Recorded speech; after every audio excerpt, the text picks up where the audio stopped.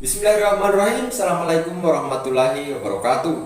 Di sini saya akan mereview tentang konseling eksistensial.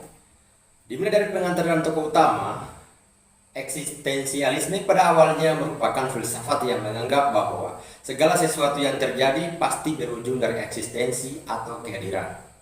Eksistensialisme menekankan pada eksistensi dibandingkan dengan esensi atau hakikat.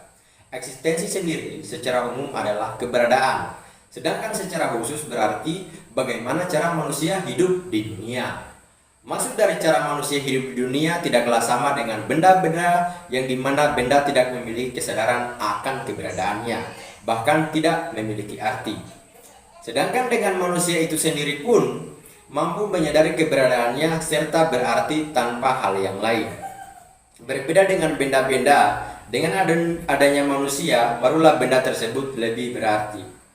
Konseling eksistensial humanistik berfokus pada sifat dan kondisi manusia yang mencakup kesanggupan untuk menyadari diri, bebas memilih untuk menentukan nasib sendiri, kebebasan dan tanggung jawab, kecemasan sebagai suatu unsur dasar, pencarian makna yang unik di dalam dunia yang tak bermakna, berada sendirian dan berada dalam hubungan dengan orang lain, keterhinggaan dan kematian, dan kecenderungan mengaktualisasikan diri.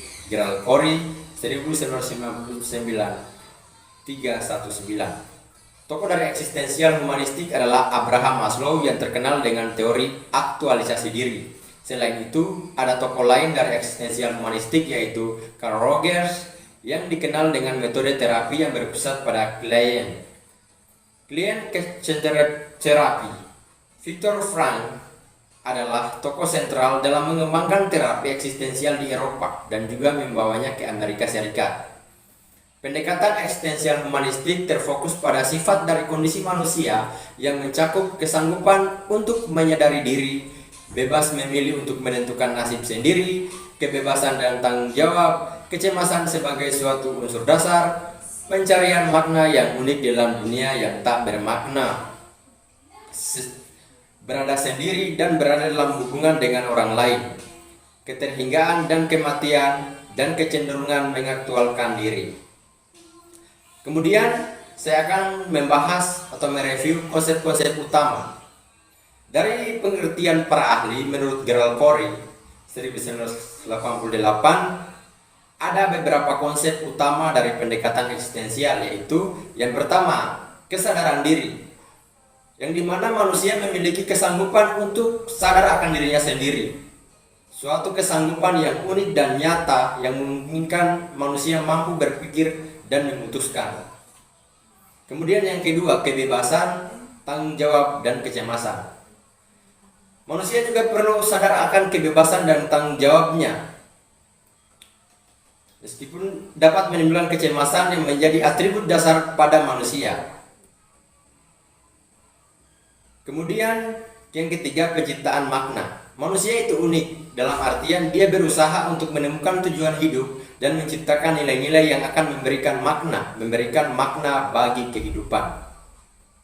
Selanjutnya, asumsi-asumsi perilaku yang bermasalah.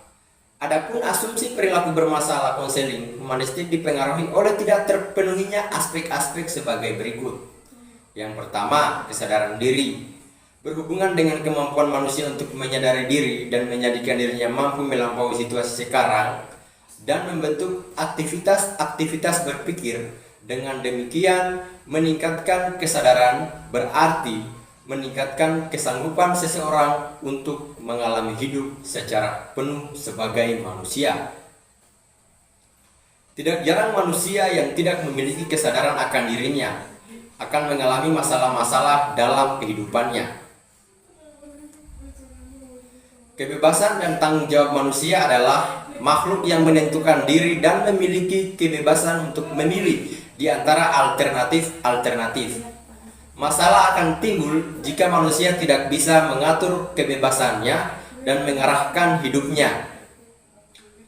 Keterpusatan dan kebutuhan akan orang lain meliputi masalah-masalah yang berkaitan dengan kebutuhan dari luar dirinya sendiri, yaitu untuk berhubungan dengan orang lain dan alam.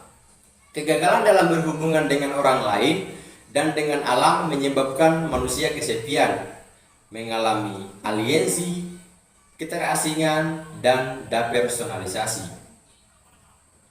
Pertama, pencarian makna hidup. Kemudian, 2, kecemasan sebagai syarat hidup. Ketiga, kesadaran atas kematian dan non-ada. Selanjutnya, tujuan konseling. Menurut Gerald Corey 2010, ada beberapa tujuan konseling eksistensial. Yang pertama, agar klien memahami keberadaannya secara otentik dengan menjadi sadar atas keberadaan dan potensi-potensi, serta sadar bahwa ia dapat membuka diri dan bertindak berdasarkan kemampuannya. Yang kedua, meluaskan kesadaran klien dan karenanya meningkatkan kesanggupan pilihannya, yakni menjadi bebas dan bertanggung jawab atas arah hidupnya. Yang ketiga, membantu klien agar mampu menghadapi kecemasan sehubungan dengan tindakan memilih diri dan menerima kenyataan bahwa dirinya lebih dari sekedar korban kekuatan-kekuatan deterministik di luar dirinya.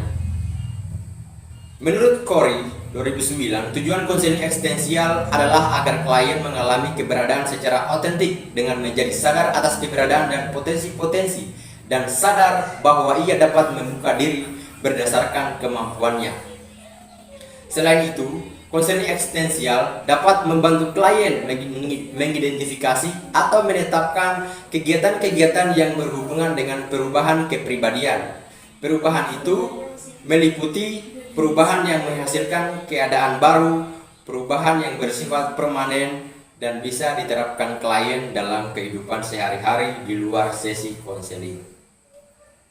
Kemudian apa saja fungsi dan peranan konselor dalam konseling eksistensial? Konselor adalah memahami dunia subjektif klien agar bisa menolongnya untuk sampai pada pemahaman-pemahaman pilihan baru. Fokusnya adalah pada situasi hidup klien pada saat itu dan bukan pada menolong klien agar bisa sembuh dari situasi masa lalu. Konselor yang berorientasi eksistensial biasanya menangani orang-orang yang mengalami apa yang dikatakan kesadaran terbatas.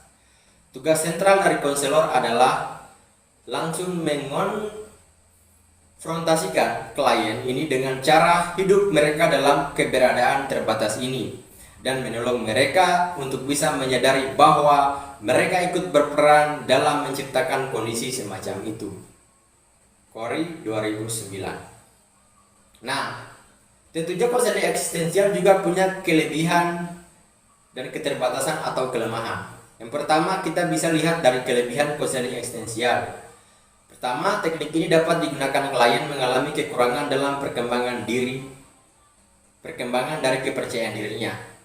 Jadi orang-orang yang mengalami perkembangan kepercayaan diri itu jadi kelebihan konseling eksistensial. Yang pertama, kedua, adanya kebebasan klien untuk mengambil keputusan sendiri. Ketiga, mampu memanusiakan manusia. Empat, bersifat pembentukan kepribadian, hati nurani, perubahan sikap, analisis terhadap fenomena sosial. Dan yang kelima, pendekatan terapi eksistensial lebih cocok digunakan pada perkembangan klien seperti masalah karir, kegagalan dalam perkawinan, pengucilan dalam pergaulan, ataupun transisi dalam perkembangan dari remaja menjadi dewasa. Adapun kelemahan dari konseling eksistensial yang pertama, dalam pelaksanaannya tidak memiliki teknik yang tegas. Kemudian, kedua, terlalu percaya pada kemampuan klien dalam mengatasi masalahnya. Keputusan ditentukan oleh klien sendiri. Ketiga, tentunya memakan waktu yang lama. Dan yang terakhir, dalam metodologi, bahasa dan konsepnya yang mistikal. Oke, mungkin itu saja review dari saya mengenai konseling eksistensial, materi dari kelompok 1. Saya tutup dengan ucapan billahi taufiq wal hidayah. Wassalamualaikum warahmatullahi wabarakatuh. Terima kasih.